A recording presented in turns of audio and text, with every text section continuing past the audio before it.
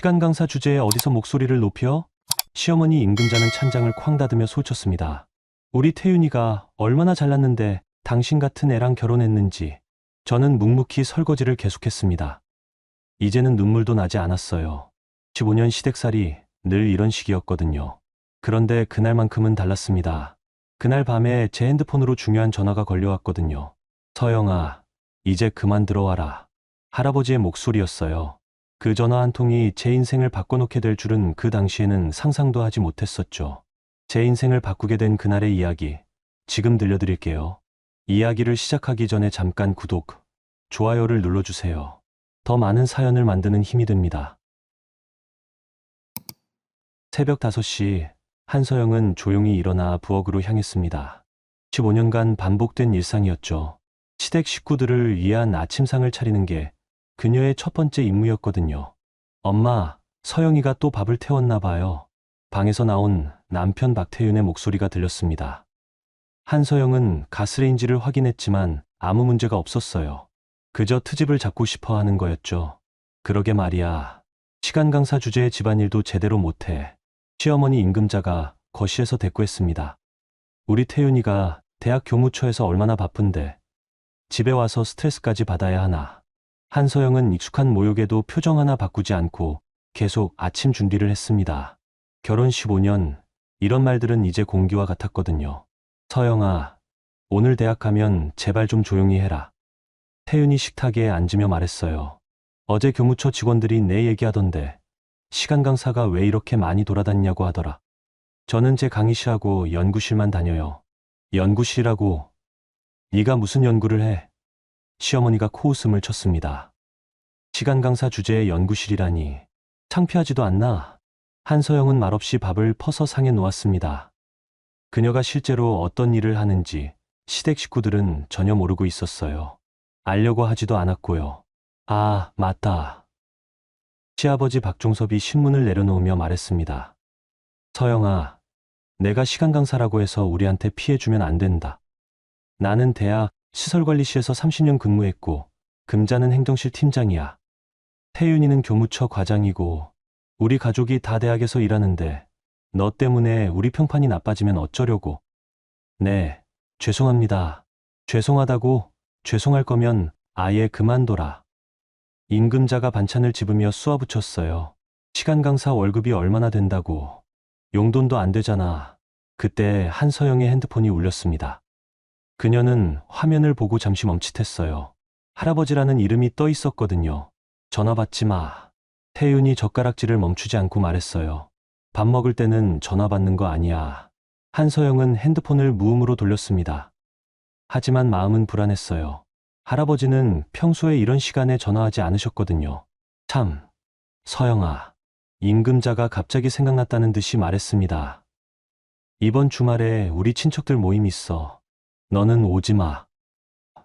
왜요? 왜긴 왜야. 창피하게 시간 강사라고 소개할 수도 없고 그렇다고 거짓말할 수도 없잖아. 차라리 아프다고 해서 집에 있어. 한서영은 숟가락을 놓았습니다. 15년간 참아온 것들이 목구멍까지 올라오는 느낌이었어요. 저도 이 집 며느리인데. 며느리? 며느리가 시댁에 도움이 되기는커녕 집만 되면 그게 무슨 며느리야. 임금자의 목소리가 높아졌습니다. 우리 태윤이가 당신보다 훨씬 잘나고 대학에서도 인정받는 사람이야. 당신은 그저 붙어 사는 거지. 엄마 말이 맞아. 태윤이 고개를 끄덕였어요. 서영이, 너는 좀 겸손했으면 좋겠어.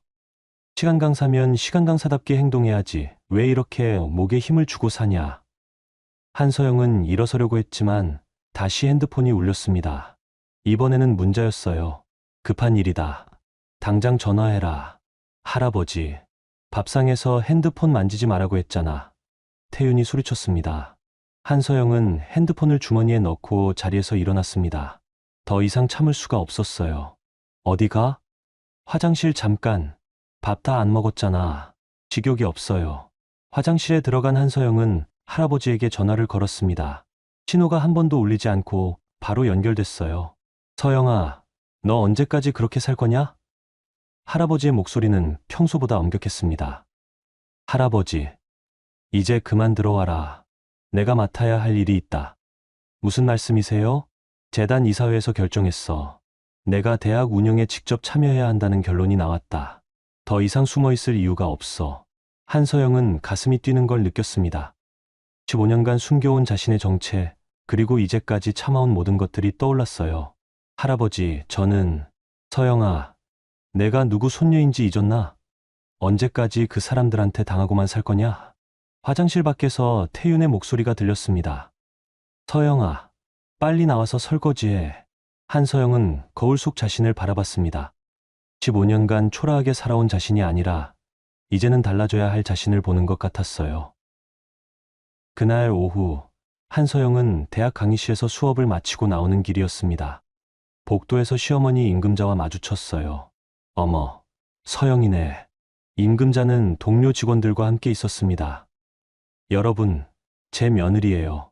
시간 강사하고 있어요. 동료들의 시선이 한서영에게 쏟아졌습니다. 그 시선 속에는 동정과 무시가 섞여 있었어요. 아, 그래요? 시간 강사. 한 명이 어색하게 웃었습니다. 요즘 시간 강사하기 힘들다던데. 그러게 말이에요. 월급도 얼마 안 되고 언제 잘릴지도 모르고. 임금자가 일부러 크게 말했어요. 그래도 뭐라도 하는 게 낫죠. 집에서 놀기만 할 수는 없으니까. 한서영은 고개만 숙여 인사했습니다. 말대꾸할 기분도 없었고 사실 마음은 다른 곳에 가 있었거든요. 할아버지의 전화가 계속 신경 쓰였어요. 그런데 서영이, 너 요즘 왜 이렇게 자주 본관 쪽에 가냐? 임금자가 갑자기 물었습니다. 어제도 봤는데 총장실 쪽에서 나오더라. 도서관 가는 길이었어요. 도서관, 시간 강사가 도서관에서 뭘 하는데? 동료 중 하나가 비웃듯 말했어요. 연구할 것도 없잖아. 저기요. 한서영이 처음으로 입을 열었습니다. 시간 강사도 연구합니다. 연구? 임금자가 큰 소리로 웃었어요. 얘가 정말 웃기네. 연구는 무슨 연구야? 논문이라도 써봤어? 썼습니다. 어디에? 어느 학회지에? 임금자의 목소리가 높아졌어요. 말만 하지 말고 증거를 대봐. 한서영은 대답하지 않았습니다. 사실 그녀는 지난 15년간 여러 편의 논문을 발표했지만 시댁 식구들은 전혀 관심이 없었어요. 알려고 하지도 않았고요. 봐봐, 말이 안 나오지. 동료들이 킬킬거렸습니다. 시간 강사가 무슨 연구야. 그때 복도 끝에서 정장을 입은 중년 남성이 걸어오고 있었습니다. 최영민 교무부처장이었어요. 그는 한서영을 보자 잠깐 멈칫했습니다. 한서영 박사님? 최영민이 다가오며 말했어요. 여기서 뭐 하세요? 임금자와 동료들이 깜짝 놀랐습니다. 교무부처장이 시간 강사를 박사님이라고 부르다니요. 아, 안녕하세요. 한서영이 고개를 숙였어요. 혹시 오늘 시간 되시면 제가 말씀드릴 게 있는데. 최영민이 말하다가 주변 사람들을 보았습니다. 아, 죄송합니다. 방해됐나요? 아니요, 괜찮습니다. 한서영이 대답했어요. 그럼 나중에 연락드리죠. 중요한 얘기거든요. 최영민은 인사를 하고 지나갔습니다. 임금자와 동료들은 멍한 표정으로 서 있었어요. 교무부처장이 시간 강사에게 저런 식으로 대하는 게 이해가 안 됐거든요. 저기, 서영이. 임금자가 조심스럽게 물었습니다. 너 교무부처장하고 아는 사이야? 가끔 마주쳐요. 마주친다고 박사님이라고 불러주나? 동료 중 하나가 의심스럽게 말했어요. 한서영은 대답하지 않고 자리를 떠나려고 했습니다. 그런데 임금자가 팔을 붙잡았어요. 야, 너 혹시 뭔가 숨기는 거 있어? 무슨 말씀이세요? 시간 강사가 교무부처장과 그렇게 친할 리가 없어. 너 혹시 이상한 관계 아니야? 한서영은 팔을 뿌리쳤습니다. 그런 말씀 하지 마세요. 그럼 뭐야? 설명해봐. 임금자의 목소리가 날카로워졌어요. 시간 강사 주제에 왜 교무부처장이 그렇게 대해주는데? 어머님, 저는 제가 할 일만 하고 있어요. 할 일? 임금자가 비웃었습니다. 시간 강사가 무슨 할 일이 있어? 강의 몇 시간 하는 게 전부잖아. 그때 한서영의 핸드폰이 또 울렸습니다. 이번에는 최영민 교무부처장이었어요. 받아봐. 임금자가 말했습니다. 무슨 얘기 하나 들어보자. 한서영은 핸드폰을 받을 수밖에 없었어요. 네, 안녕하세요. 한서영 박사님, 죄송한데 오늘 오후에 잠깐 시간 되세요? 재단 쪽에서 연락이 와서요. 최영민의 목소리가 핸드폰 너머로 들렸습니다. 임금자와 동료들의 눈이 커졌습니다. 재단이라고 했거든요. 재단요? 네. 이사회에서 논의할 게 있다고 하네요. 혹시 오늘 늦게라도 시간 되시면. 네, 알겠습니다. 전화를 끊은 후 주변이 조용해졌습니다. 임금자는 얼굴이 하얗게 질려 있었어요. 너 재단과 무슨 관계야? 모르겠어요. 한서영이 담담하게 대답했어요. 모르긴 뭘 몰라. 시간 강사가 재단 이사회와 무슨 상관이 있다고 임금자가 소쳤습니다. 하지만 한서영은 더 이상 대답하지 않고 그 자리를 떠났습니다. 뒤에서 임금자가 뭐라고 소리치는 게 들렸지만 이제 신경 쓰지 않았어요. 그날 저녁 집으로 돌아온 한서영을 맞은 건 시댁 식구들의 차가운 시선이었습니다. 서영아, 앉아봐. 시아버지 박종섭이 엄숙하게 말했어요. 우리가 물어볼 게 있어. 거실에는 시댁 식구들이 모두 모여 있었습니다. 마치 재판정 같은 분위기였어요. 너 오늘 교무부처장하고 만났다며? 태윤이 물었어요. 네. 무슨 얘기했어? 일 얘기요. 일 얘기. 임금자가 냉소적으로 웃었습니다. 시안 강사가 교무부처장과 무슨 일 얘기를 해? 재단 이야기까지 나왔다던데. 한서영은 조용히 앉아 있었습니다. 이제 더 이상 숨길 필요가 없다는 생각이 들었어요. 서영아, 너 혹시 우리한테 숨기는 거 있어? 시아버지가 무겁게 물었어요. 15년 동안 우리와 함께 살면서 뭔가 감춘 게 있냐? 없습니다. 없다고? 태윤이 벌떡 일어났어요. 그럼 교무부처장이 왜 너를 박사님이라고 불러? 시간 강사를 박사님이라고 부르나? 한서영은 천천히 고개를 들었습니다. 15년간 숨죽여 살아왔지만 이제는 달라져야 할 때인 것 같았어요. 저는 박사학위가 있습니다. 시댁 식구들이 모두 얼어붙었습니다. 박사학위라고? 임금자의 목소리가 떨렸습니다. 무슨 박사학위? 언제 어디서? 서울대학교에서요. 경영학 박사입니다. 한서영이 조용히 대답했어요. 거실이 순간 조용해졌습니다. 시댁 식구들은 모두 대학 졸업이 최종 학력이었거든요. 그들에게 박사학위는 상상도 할 수 없는 일이었어요. 서울대, 태윤이 헛웃음을 쳤습니다. 서울대 박사라고? 거짓말하지 마. 증명서 보여달라. 시아버지가 말했어요. 그런 중요한 걸 왜 지금까지 숨겼어? 한서영은 방으로 가서 서류 뭉치를 가져왔습니다. 박사학위 증명서와 함께 그동안 발표한 논문들의 목록이었어요. 이게 뭐야? 임금자가 서류를 훑어보며 중얼거렸습니다. 이 논문들 정말 내가 쓴 거야? 네. SCI급 논문이 이렇게 많다고 태윤이 믿을 수 없다는 표정으로 말했어요. 시간 강사가 이런 논문을 써? 저는 시간 강사 이전의 연구자입니다. 한서영이 담담하게 말했어요. 그때 시아버지가 갑자기 화를 냈습니다. 그럼 왜 지금까지 숨겼어? 15년 동안 우리가 얼마나 무시하고 깔봤는데. 왜 그때 말하지 않았어? 말해도 믿지 않으셨을 거예요. 믿지 않았다고? 임금자가 소리쳤습니다. 그럼 증명하면 됐잖아. 왜 15년 동안 바보처럼 당하고만 있었어? 한서영은 대답하지 않았습니다. 사실 그녀에게는 더 큰 비밀이 있었거든요. 박사학위는 시작에 불과했어요. 그리고 오늘 교무부처장이 말한 재단 얘기는 뭐야? 태윤이 추궁했습니다. 시간 강사가 재단과 무슨 관계가 있다고? 잘 모르겠어요. 모르긴 뭘 몰라.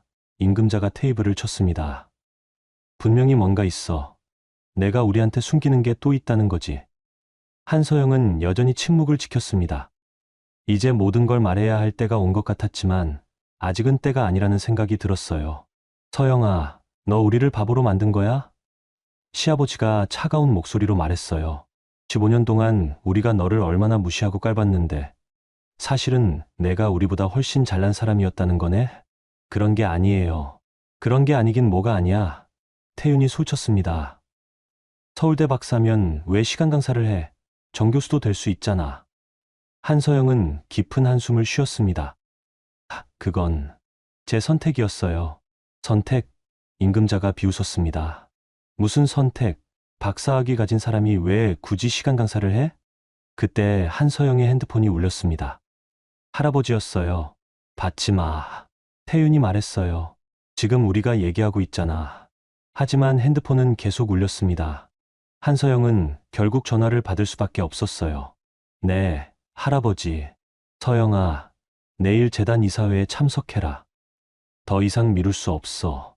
할아버지의 목소리가 단호했습니다. 시댁 식구들이 모두 귀를 기울였습니다.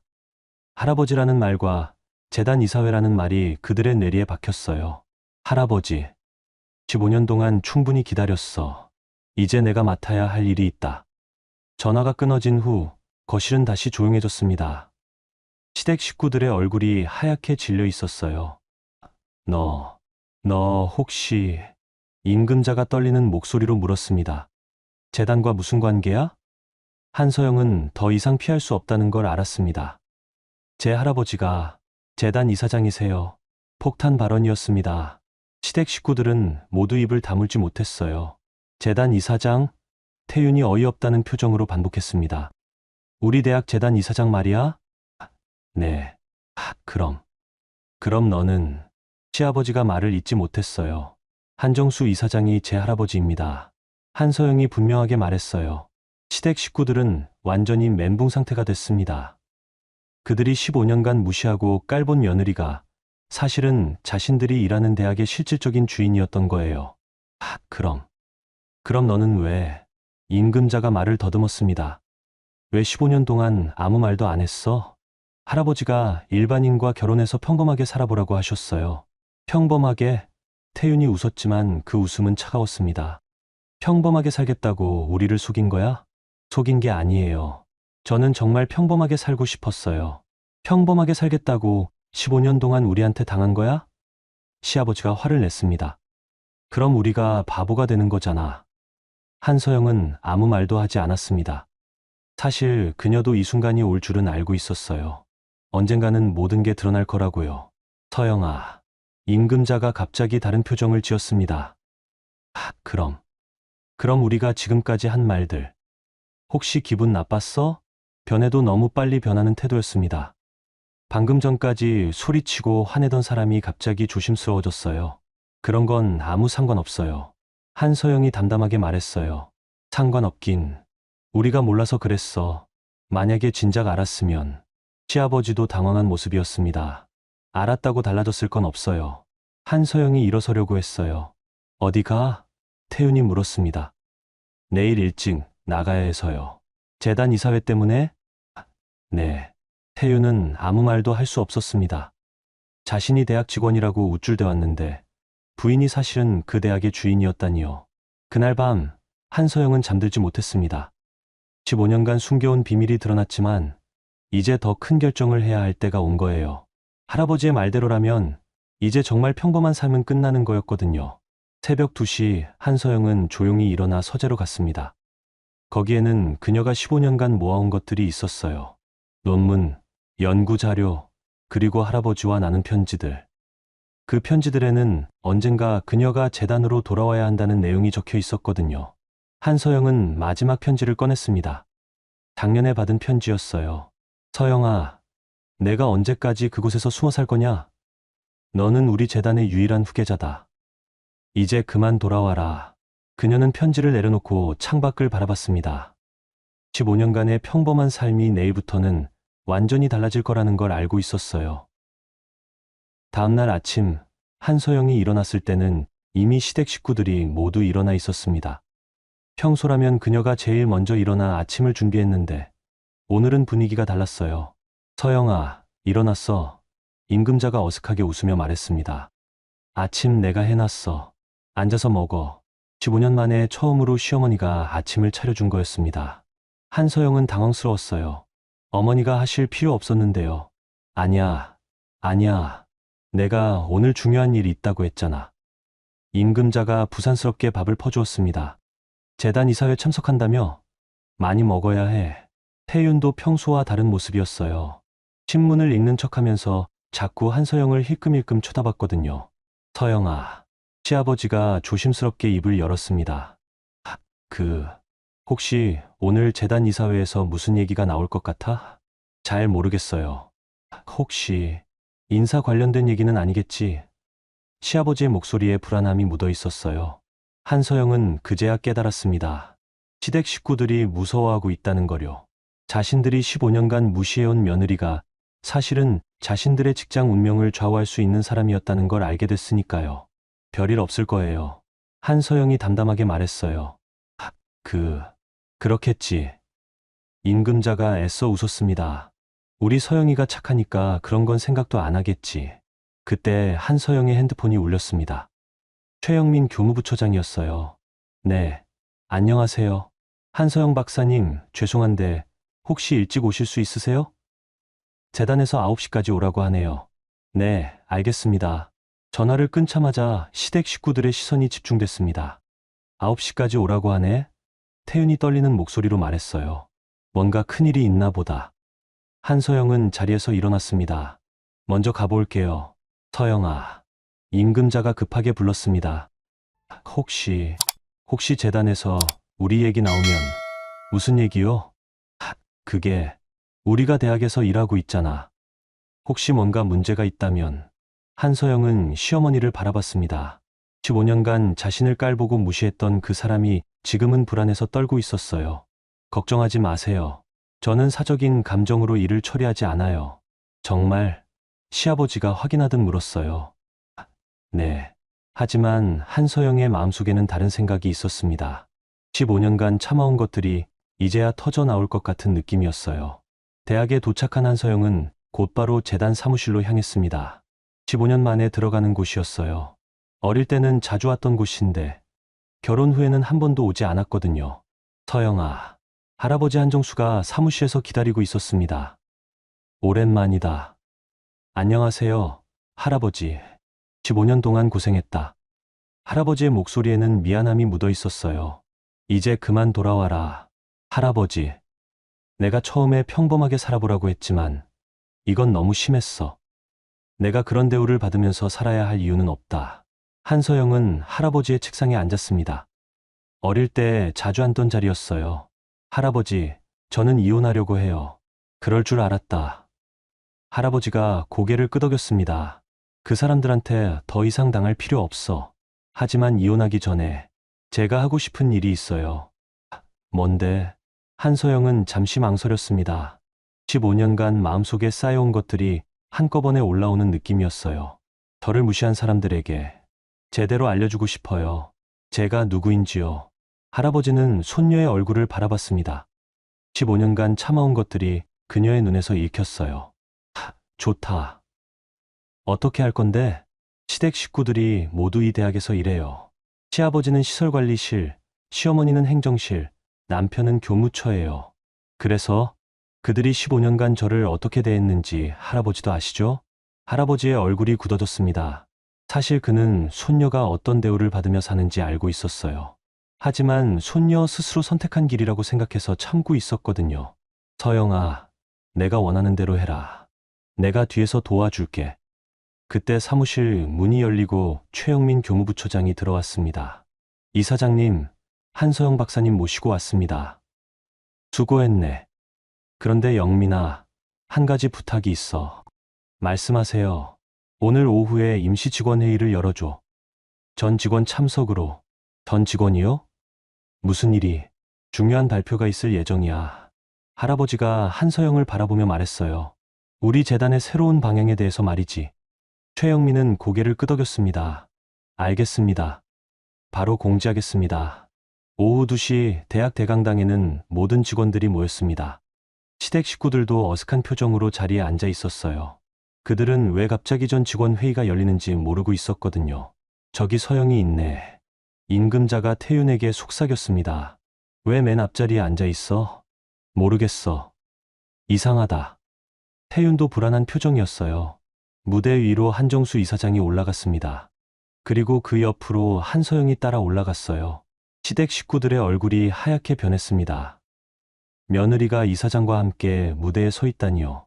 안녕하세요. 한정수입니다. 이사장이 마이크를 잡았어요.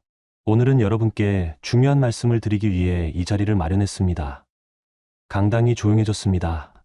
모든 사람들의 시선이 무대로 집중됐어요. 오늘부터 우리 재단에 새로운 경영진이 합류하게 됩니다.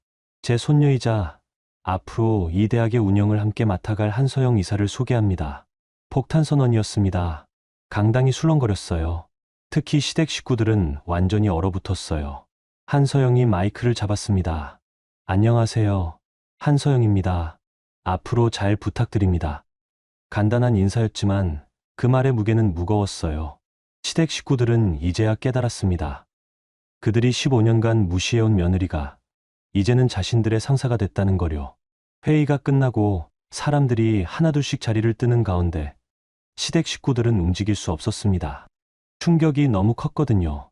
한서영이 무대에서 내려와 그들에게 다가왔습니다. 어머니, 아버지 태윤 씨. 한서영이 정중하게 인사했어요. 서영아. 임금자가 떨리는 목소리로 말했습니다. 이게 무슨 일이야? 제가 원래 자리로 돌아가는 거예요. 원래 자리? 네. 15년 동안 잠시 벗어나 있었지만 이제 돌아왔습니다. 시댁 식구들은 아무 말도 할 수 없었습니다. 15년간의 갑을 관계가 완전히 뒤바뀐 거였거든요. 여러분, 이야기 어떠세요? 15년 동안 시간 강사로 무시받던 한서영이 사실은 재단 이사장의 소녀였다니 정말 반전이죠. 그동안 그녀를 괴롭혔던 시댁 식구들의 당황스러운 표정이 눈에 선해요. 하지만 이건 시작일 뿐입니다. 한서영이 어떤 선택을 할지, 그리고 시댁 식구들의 운명은 어떻게 될지, 그럼 계속 들어보실까요? 그날 저녁, 한서영은 평소처럼 집으로 돌아갔습니다. 하지만 집 안 분위기는 완전히 달라져 있었어요. 시댁 식구들이 모두 거실에 모여 앉아 그녀를 기다리고 있었거든요. 서영아. 임금자가 조심스럽게 입을 열었습니다. 앉아봐. 우리가 할 말이 있어. 한서영은 소파에 앉았습니다. 15년간 이 자리에서 얼마나 많은 모욕을 당했는지 셀 수도 없었어요. 서영아, 우리가 정말 미안해. 시아버지가 고개를 숙였습니다. 15년 동안 너를 그렇게 대한 게 정말 죄송하다. 네, 우리가 몰랐어. 내가 그런 사람인 줄 정말 몰랐다고. 임금자의 목소리가 떨렸습니다. 만약에 진작 알았다고 달라졌을 건 없어요. 한서영이 담담하게 말했어요. 아니야, 달랐을 거야. 태윤이 급하게 말했습니다. 우리가 그렇게 무시하지 않았을 거야. 한서영은 남편을 바라봤습니다. 5년간 함께 산 사람이지만 지금은 완전히 다른 사람 같았어요. 태윤 씨도 그렇게 생각하세요? 당연하지. 나도 몰라서 그랬어. 미안해. 정말 미안해. 하지만 한서영의 마음에는 그들의 사과가 와닿지 않았습니다. 15년간 쌓인 상처는 간단한 사과로 치유될 수 있는 게 아니었거든요. 서영아. 임금자가 갑자기 무릎을 꿇었습니다. 제발 용서해줘. 우리가 정말 잘못했어. 한서영은 시어머니의 모습을 보며 복잡한 감정이 들었어요. 분노와 동시에 허무함도 느껴졌거든요. 일어나세요, 어머니. 안 일어날 거야. 내가 용서해줄 때까지. 임금자가 눈물을 흘렸습니다. 우리가 얼마나 잘못했는지 알겠어. 정말 미안해. 어머니, 일어나세요. 이제 그런 건 의미 없어요. 의미 없다고 시아버지가 불안한 표정으로 물었어요. 서영아, 너 설마. 한서영은 침묵했습니다. 사실 그녀의 마음은 이미 결정되어 있었어요. 서영아, 제발. 태윤이 한서영의 손을 잡으려고 했습니다. 우리 다시 잘 살아보자. 내가 앞으로 정말 잘할게. 어떡해요? 뭐든지 하겠어. 내가 원하는 대로 다 해줄게. 집안일도 내가 하고 너를 무시하지도 않을게. 한서영은 남편의 손을 뿌리쳤습니다. 너무 늦었어요. 늦었다고 왜 늦었어? 태윤의 목소리가 높아졌습니다. 우리 이제라도 잘 살면 되잖아.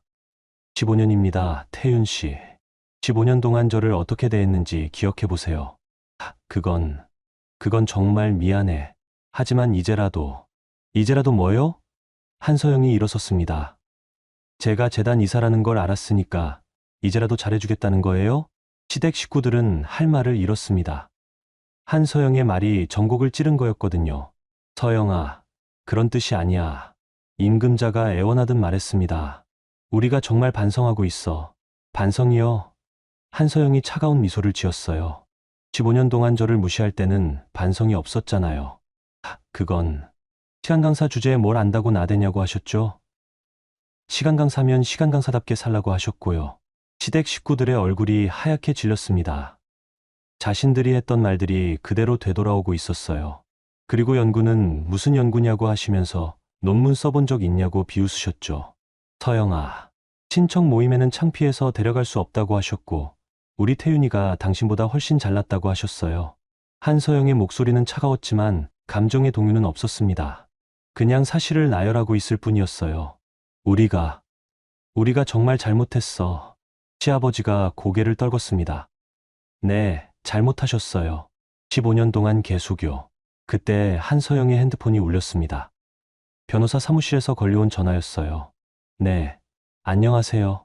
한서영 고객님, 이혼 서류 준비 완료됐습니다. 언제 오실 수 있으세요? 시댁 식구들이 모두 얼어붙었습니다. 이혼 서류라는 말이 그들의 귀에 꽂혔거든요. 내일 오전에 갈게요. 전화를 끊자마자 태윤이 벌떡 일어났습니다.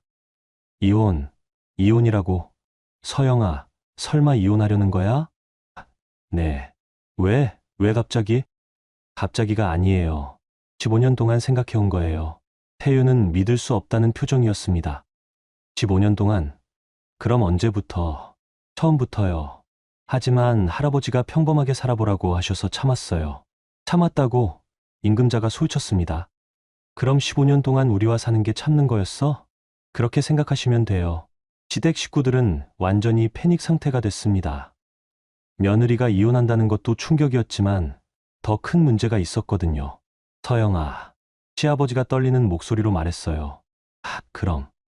그럼 우리 일은 어떻게 되는 거야? 무슨 일 말씀이세요? 대학에서 하는 일 말이야. 우리가 다 거기서 일하고 있잖아. 한서영은 그제야 시아버지의 걱정이 뭔지 알았습니다. 자신들의 직장이 위험해질 수도 있다는 거였어요. 그건 잘 모르겠네요. 모르겠다고? 태윤이 급해졌습니다. 서영아, 너 설마 우리를 해고시킬 거야? 아직 결정한 건 없어요. 결정한 건 없다고 임금자가 더욱 불안해했습니다. 그럼 할 수도 있다는 거네? 한서영은 대답하지 않았습니다. 사실 그녀의 마음속에는 분명한 계획이 있었어요.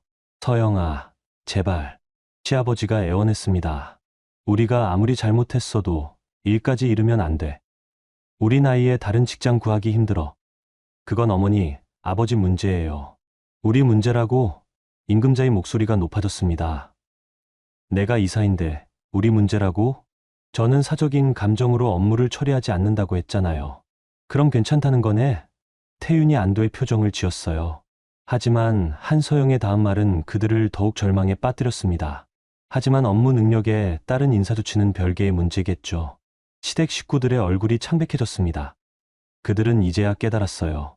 15년간 무시해온 며느리가 이제는 자신들의 운명을 쥐고 있다는 거려. 그날 밤 한서영은 짐을 쌌습니다. 15년간 살았던 집을 떠날 준비를 하는 거였어요. 시댁 식구들은 그녀를 말리려고 했지만 한서영의 마음은 이미 굳어져 있었어요. 서영아, 정말 가는 거야? 태윤이 방 앞에서 서성거렸습니다. 네. 어디로 갈 건데? 호텔이요. 호텔. 임금자가 놀랐습니다. 왜 호텔로 가? 집이 있는데. 여기는 제 집이 아니에요. 시댁이죠. 한서영은 짐을 들고 나왔습니다. 15년치 짐이었지만 생각보다 많지 않았어요. 정말 소중한 것들만 챙겼거든요. 서영아, 태윤이 마지막으로 불렀습니다. 정말 이혼할 거야? 네. 왜? 우리가 다시 잘 살면 되잖아. 한서영은 현관에서 멈춰섰습니다. 그리고 돌아봤어요. 태윤 씨, 15년 동안 저한테 사랑한다고 말한 적 있어요? 태윤은 대답할 수 없었습니다. 한 번도 없었어요. 저도 태윤 씨를 사랑한 적이 없고요. 그런 걸 왜 지금 와서? 처음부터 사랑이 없었던 결혼이에요. 이제 끝내는 게 맞아요. 한서영은 집을 나섰습니다. 15년간의 시댁살이가 마침내 끝나는 순간이었어요. 다음 날 오전, 한서영은 변호사 사무실에서 이혼 서류에 서명했습니다. 15년간의 결혼 생활이 한 장의 서류로 정리되는 순간이었어요. 이혼 조건은 어떻게 하실 건가요? 변호사가 물었습니다. 재산 분할은 포기할게요. 위자료도 요구하지 않을 거고요. 그러시면 상대방 입장에서는 매우 유리한 조건이네요. 한서영은 미소를 지었습니다. 저에게는 그런 게 필요 없어요. 변호사 사무실을 나온 한서영은 곧바로 대학으로 향했습니다. 오늘부터 본격적으로 이사로서의 업무를 시작하는 날이었거든요. 한서영 이사님, 오늘부터 이 사무실을 쓰시면 됩니다. 최영민이 새로운 사무실을 안내했어요. 사무실은 크고 깔끔했습니다. 창밖으로는 대학 캠퍼스 전체가 내려다 보였어요. 참, 이사님. 최영민이 서류를 내밀었습니다. 전 직원 인사기록부입니다. 검토해보시라고 이사장님께서 전달하라고 하시네요. 한서영은 서류를 받아들였습니다. 수십 명의 직원 프로필이 들어있었어요. 그 중에는 시댁 식구들의 이름도 보였거든요. 박종서 시설관리실 주임, 근무연수 30년, 임금자 행정실 팀장, 근무연수 25년, 박태윤 교무처 과장, 근무연수 12년. 한서영은 그들의 인사기록을 꼼꼼히 살펴봤습니다. 15년간 몰랐던 내용들이 많았어요. 최 부처장님, 한서영이 불렀습니다. 네, 말씀하세요. 직원들 근무평가는 언제 하나요? 보통 연말에 합니다만 올해는 아직 하지 않았습니다. 그럼 이번 주 중으로 전 직원 근무평가를 실시해 주세요. 전 직원요? 갑자기 왜? 새로운 인사 시스템을 도입하려고 해요. 모든 직원의 업무 능력을 정확히 파악해야겠어요. 최영민은 고개를 끄덕였습니다. 알겠습니다. 바로 준비하겠습니다. 오후가 되자 대학 전체가 술렁거렸습니다. 갑작스러운 근무평가 소식 때문이었어요. 특히 시댁 식구들은 극도로 불안해했습니다. 야, 이거 뭔가 이상하지 않아? 임금자가 행정실 동료에게 속삭였습니다. 왜 갑자기 근무평가를 해? 모르겠어요. 새로 온 이사님 지시라는데. 새로 온 이사님. 임금자의 얼굴이 어두워졌습니다. 그 이사님이 자신의 며느리라는 게 아직도 믿어지지 않았어요. 시설관리실에서도 비슷한 대화가 오갔습니다. 종섭 씨, 괜찮을까요? 동료가 걱정스럽게 물었어요. 근무평가를 갑자기 한다는 게. 박종섭은 대답할 수 없었습니다. 며느리가 이사가 된 상황에서 자신의 처지가 어떻게 될지 예측할 수 없었거든요. 교무처는 더욱 심각했습니다. 박태윤은 하루 종일 일에 집중할 수 없었어요. 태윤아, 너 괜찮아? 동료가 물었습니다. 얼굴이 왜 그래? 아니야. 괜찮아. 근무평가 때문에 걱정되나? 너는 괜찮을 거야. 하지만 태윤은 그렇게 생각하지 않았습니다. 한서영이 어떤 마음으로 자신을 평가할지 알 수 없었거든요. 그날 저녁 시댁 식구들은 다시 모였습니다. 한서영이 없는 집이 이상하게 적막했어요. 이거 어떻게 하지? 임금자가 한숨을 쉬었습니다. 서영이가 정말 우리를 해고할 생각인 것 같아. 아직 확실한 건 아니잖아. 시아버지가 말했지만 목소리에 확신은 없었어요. 근무평가를 갑자기 하는 게 어디 좋은 신호야. 태윤이 짜증을 냈습니다. 분명히 우리를 내보내려는 거야. 그럼 어떻게 해? 빌어야 하나? 빌어봤자 소용없어. 서영이 표정 봤어? 완전히 돌아선 거야. 그들은 처음으로 자신들의 미래가 불안해졌습니다. 15년간 안정적이라고 생각했던 직장이 위험해진 거예요.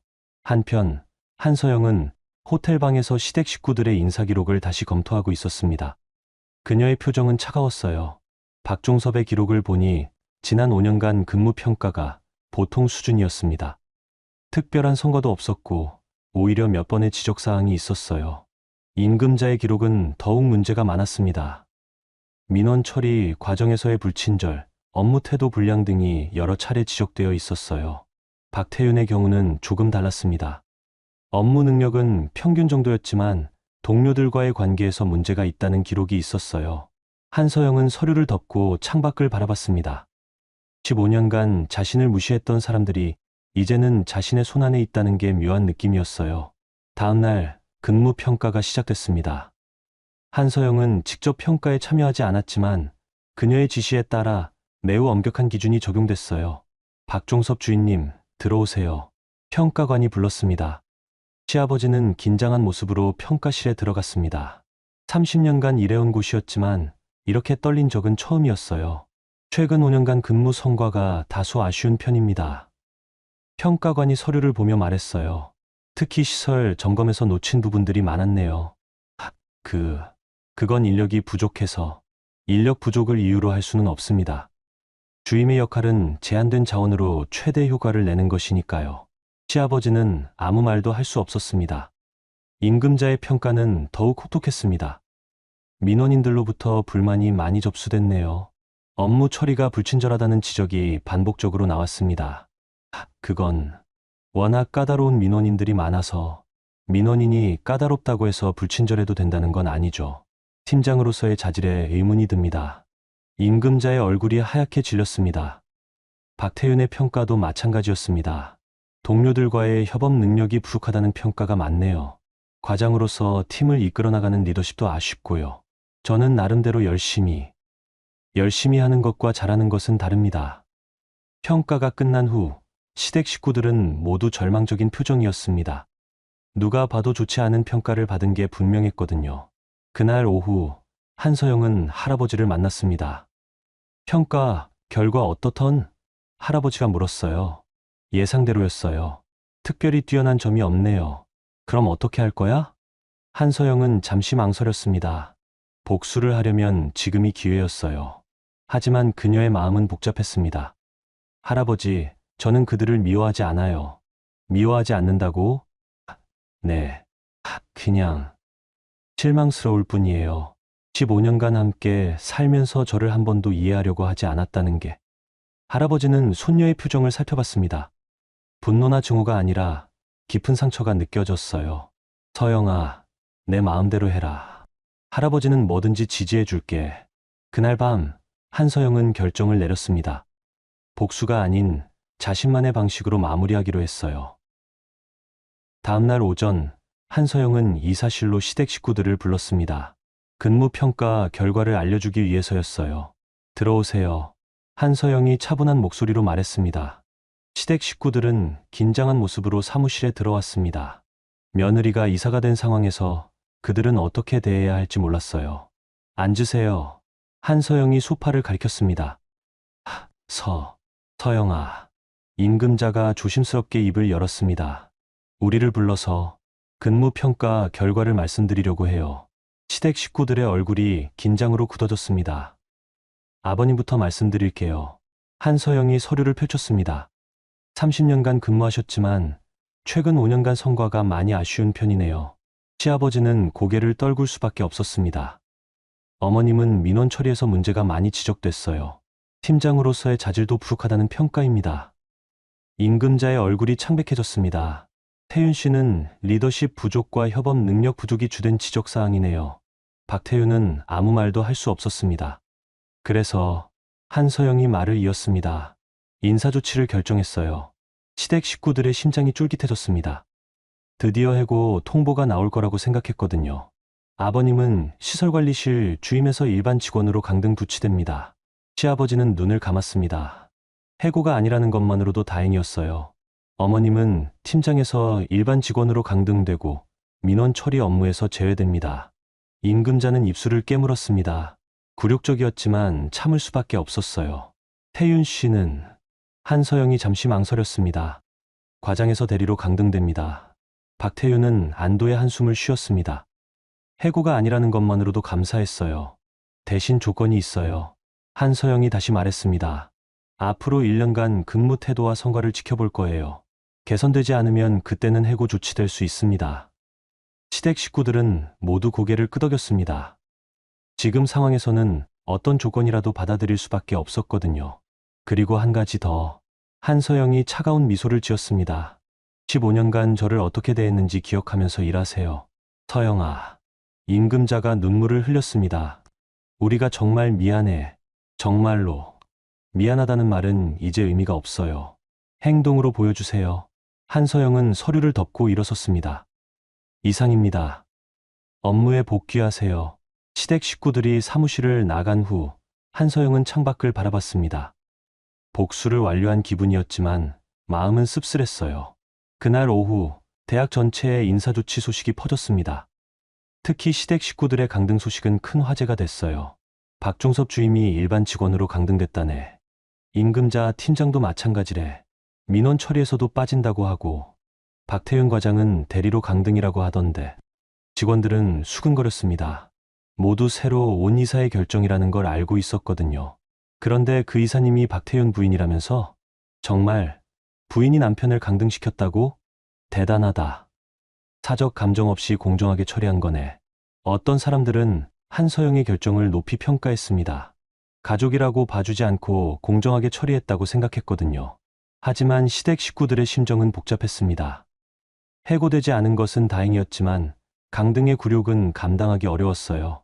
아버지, 괜찮으세요? 태윤이 아버지를 찾아갔습니다. 괜찮기는 뭐가 괜찮아. 시아버지가 한숨을 쉬었어요. 30년 일한 곳에서 이런 굴욕을 당하다니. 그래도 해고 안 된 게 어디예요. 그것도 그렇지만 시아버지가 고개를 저었습니다. 서영이가 완전히 달라졌어. 예전에 그 착한 며느리가 아니야. 당연하죠. 우리가 15년 동안 어떻게 대했는데. 임금자는 더욱 충격이 컸습니다. 팀장에서 일반 직원으로의 강등은 그녀의 자존심에 큰 타격이었어요. 내가 25년 동안 쌓은 경력이. 임금자가 중얼거렸습니다. 하루아침에 무너져 버렸어. 엄마, 이제라도 정신 차려요. 태윤이 말했습니다. 서영이 말대로 행동으로 보여줘야 해요. 하지만 마음속으로는 모두 분노하고 있었습니다. 아무리 잘못했다고 해도 가족을 이렇게 대하는 게 맞나 하는 생각이 들었거든요. 그날 저녁, 한서영은 할아버지를 만났습니다. 어떤 기분이야? 할아버지가 물었어요. 별로 시원하지 않아요. 왜? 복수라는 게 이런 거였나 봐요.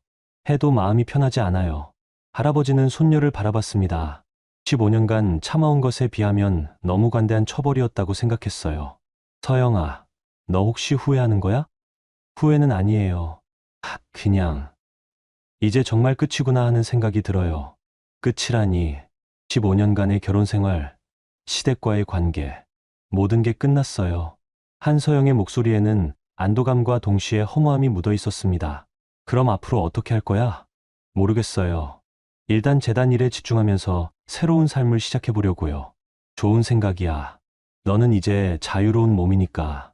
그날 밤, 한서영은 호텔 방에서 혼자만의 시간을 가졌습니다. 15년 만에 처음으로 누군가의 눈치를 보지 않아도 되는 시간이었어요. 창밖으로 보이는 도시의 불빛들이 새롭게 느껴졌습니다. 이제 정말로 새로운 인생이 시작되는 거였어요. 한편, 시댁에서는 서로를 원망하는 목소리들이 오갔습니다. 이 모든 게 다 누구 때문이야? 태윤이 부모를 바라봤습니다. 서영이를 그렇게 무시하지 말라고 했잖아. 우리만 잘못이야. 임금자가 맞섰습니다. 너도 마찬가지였잖아. 아무튼 이제 어떻게 하지? 시아버지가 한숨을 쉬었어요.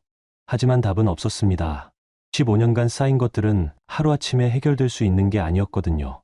다음 날부터 시댁 식구들은 완전히 달라진 환경에서 일을 시작해야 했습니다. 동료들의 시선, 후배들의 태도, 모든 게 예전과 달랐어요. 특히 임금자는 적응이 가장 어려웠습니다. 25년간 팀장으로 일했던 사람이 갑자기 일반 직원이 되니까요. 임금자 씨, 이 서류 정리 좀 해주세요. 새로운 팀장이 업무를 지시했습니다. 예전에는 자신이 지시하던 일을 이제는 받아서 해야 하는 상황이었어요. 굴욕적이었지만 참을 수밖에 없었습니다. 박종섭도 마찬가지였습니다. 30년간 주임으로 일하다가 갑자기 일반 직원이 되니까 모든 게 어색했어요. 박태유는 그나마 상황이 나았지만 과장에서 대리로의 강등은 그의 자존심에 큰 상처를 줬습니다. 하지만 그들 모두에게는 공통점이 하나 있었어요. 바로 한서영에 대한 복잡한 감정이었습니다. 미안함과 동시에 원망도 있었고 두려움과 동시에 존경심도 생겨나고 있었거든요. 어쨌든 이제 새로운 관계가 시작된 거였어요. 15년간의 갑을 관계는 완전히 뒤바뀌었고 모든 사람들이 새로운 현실에 적응해야 하는 상황이 된 거였죠. 한 달이 지났습니다. 한서영의 이혼은 공식적으로 성립됐고 그녀는 완전히 새로운 삶을 시작했어요. 재단 이사로서의 업무에 적응한 한서영은 대학 운영에 많은 변화를 가져왔습니다. 특히 직원들의 근무 환경 개선과 업무 효율성 향상에 집중했어요. 한서영 이사님 덕분에 대학 분위기가 많이 좋아졌어요. 최영민 부처장이 보고했습니다. 직원들 만족도도 크게 올랐고요. 그렇게 된 이유가 뭘까요? 한서영이 물었어요. 공정한 평가, 시스템과 실력 위주의 인사 정책 때문인 것 같습니다. 예전처럼 연고나 정실에 휘둘리지 않으니까 모든 직원들이 열심히 일하게 됐어요. 한서영은 만족스러운 표정을 지었습니다. 그녀가 원했던 변화가 일어나고 있었거든요. 그런데 그날 오후 예상치 못한 방문객이 찾아왔습니다. 바로 임금자였어요. 서영아, 시간 있어. 임금자가 사무실 문을 조심스럽게 두드렸습니다. 들어오세요. 한서영이 냉정하게 말했어요. 임금자는 평소와 다른 모습이었습니다. 화려했던 옷차림 대신 수수한 정장을 입고 있었고, 교만했던 표정 대신 겸손한 모습이었어요. 앉으세요. 서영아, 내가 할 말이 있어서 왔어. 무슨 말씀이세요? 임금자는 한동안 망설이다가 입을 열었습니다. 내가 15년 동안 너한테 정말 못했어. 진심으로 미안해. 한서영은 대답하지 않고 시어머니를 바라봤습니다. 처음에는 내가 우리를 이렇게 대하는 게 억울했어. 아무리 우리가 잘못했어도 가족인데. 임금자의 목소리가 떨렸습니다. 그런데 한 달 동안 생각해보니까 알겠더라. 뭘 알겠다는 거예요? 내가 얼마나 나쁜 시어머니였는지, 너를 얼마나 힘들게 했는지. 임금자가 눈물을 흘리기 시작했습니다. 15년 동안 너는 한 번도 나한테 대든 적이 없었어. 항상 참고 참았지. 그런데 나는 그걸 당연하게 생각했어. 한서영의 표정이 조금씩 부드러워졌습니다. 내가 너한테 한 말들, 시간 강사 주제에 어쩌고저쩌고 했던 말들, 지금 생각하면 정말 부끄러워. 어머니, 서영아, 나 이제 알겠어. 내가 왜 15년 동안 아무 말 안 했는지, 왜 끝까지 참았는지. 임금자가 한서영의 손을 잡으려고 했지만 한서영은 손을 뺐어요. 어머니, 너무 늦었어요. 늦었다는 걸 알아. 하지만 그래도 말하고 싶었어. 내가 잘못했다고. 한서영은 창밖을 바라봤습니다. 한 달 전만 해도 이런 사과를 받으면 기분이 좋아졌을 텐데 지금은 별로 감동이 없었어요. 어머니, 저는 어머니를 용서해요. 정말. 임금자의 얼굴이 밝아졌습니다. 네. 하지만 예전 관계로 돌아갈 수는 없어요. 그건 왜? 15년간 쌓인 상처는 쉽게 치유되지 않아요. 그리고 저도 많이 변했고요. 임금자는 실망스러운 표정을 지었지만 고개를 끄덕였습니다. 그래도 일터에서는 계속 봐야 하잖아. 너무 어색하게 하지는 말자. 물론이에요. 저는 사적인 감정으로 업무를 처리하지 않는다고 했잖아요. 임금자가 나간 후 한서영은 깊은 생각에 빠졌습니다. 복수는 끝났지만 새로운 관계 설정이 필요한 시점이었어요. 그날 저녁, 한서영은 할아버지와 저녁을 먹었습니다. 오늘 임금자가 찾아왔다며? 할아버지가 물었어요.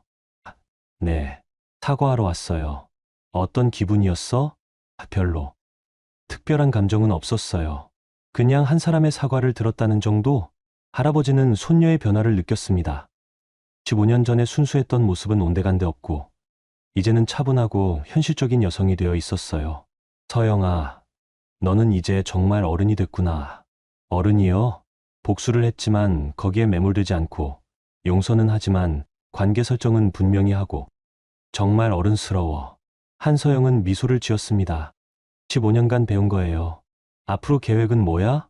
재단 일에 집중하면서 제 인생을 새롭게 시작하려고 해요. 아직 30대 후반이니까 늦지 않았죠? 물론이지. 그런데 결혼은 생각 안 해? 지금은 아니에요. 혼자 사는 것도 나쁘지 않더라고요. 할아버지는 손녀의 답변에 안심했습니다. 이제는 정말로 독립적인 여성이 된 것 같았어요. 한편 시댁에서는 큰 변화가 일어나고 있었습니다. 한서영이 떠난 후 가족들이 비로소 그녀의 빈자리를 느끼게 됐거든요. 엄마, 저녁은 누가 해요? 태윤이 물었습니다. 내가 해야지. 그런데 서영이가 어떻게 매일 이런 걸 다 했을까? 임금자가 한숨을 쉬었어요.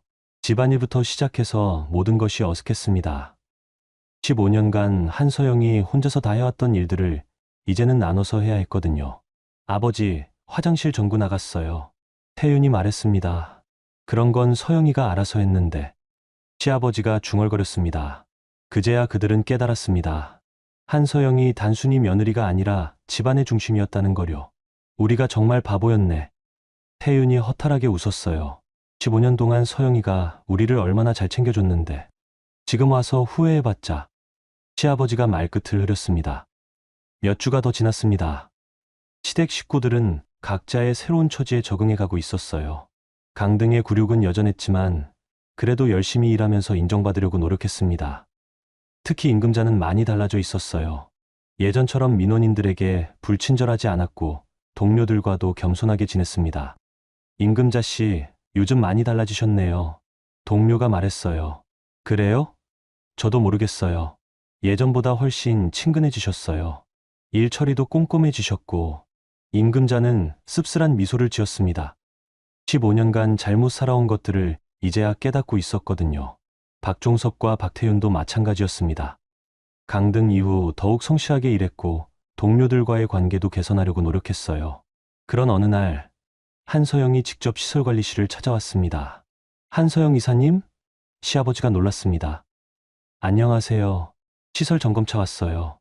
한서영은 이사로서의 업무를 수행하고 있었습니다. 개인적인 감정과는 별개로 대학 운영을 위한 정기 점검이었어요. 최근 시설관리 상태가 많이 개선됐다고 들었어요. 한서영이 전체 직원들에게 말했습니다. 박종섭 씨의 노력 덕분인 것 같네요. 시아버지는 예상치 못한 칭찬에 당황했습니다. 아, 네, 감사합니다. 앞으로도 계속 부탁드려요. 한서영의 태도는 완전히 공적이었습니다.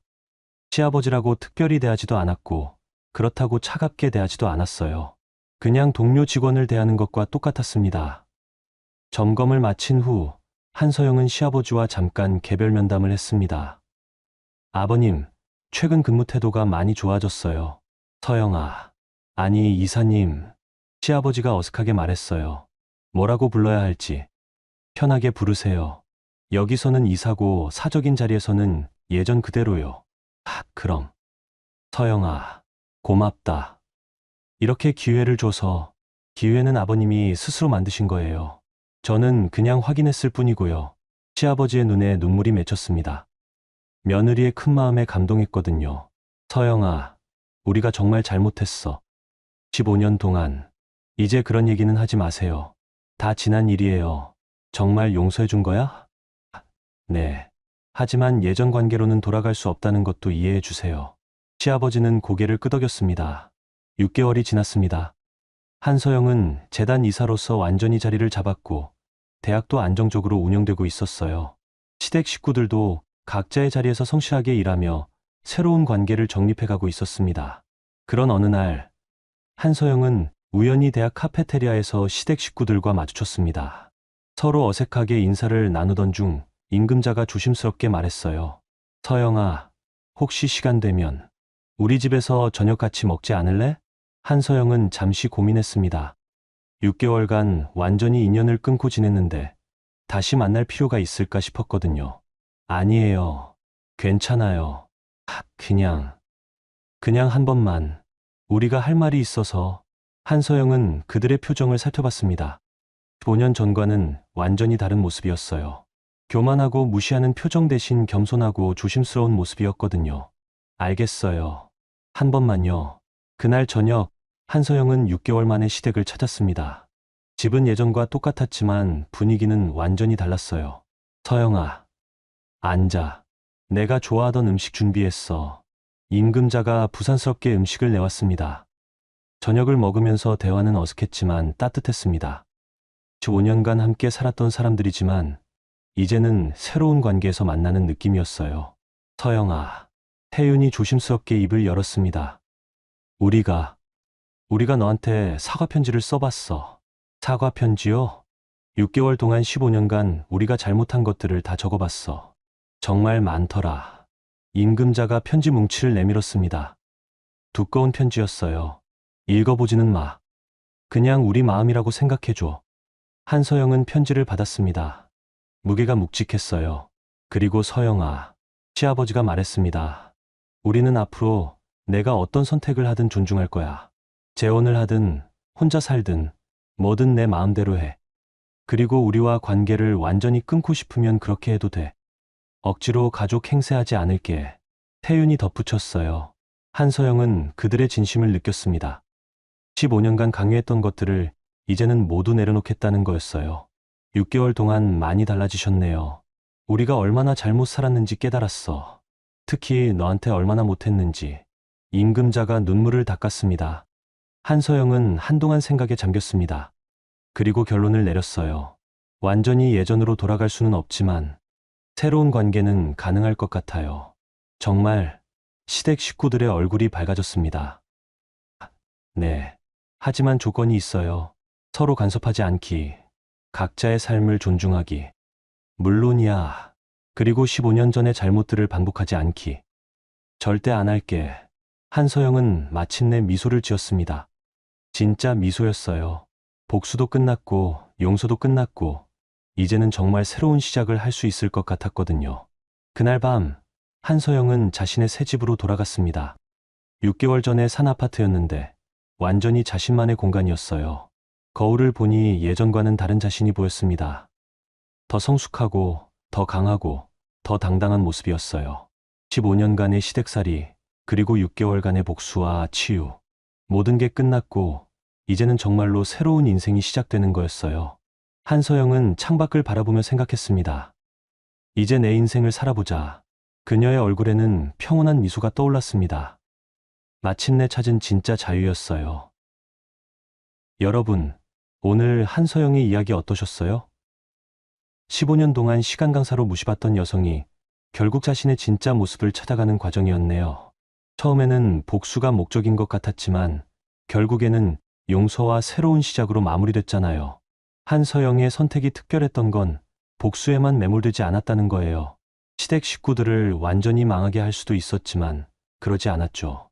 대신 그들이 스스로 깨닫고 변화할 기회를 줬어요. 그리고 마지막에는 용서까지 했고요. 사실 우리도 살아가다 보면 억울한 일들을 많이 당하잖아요.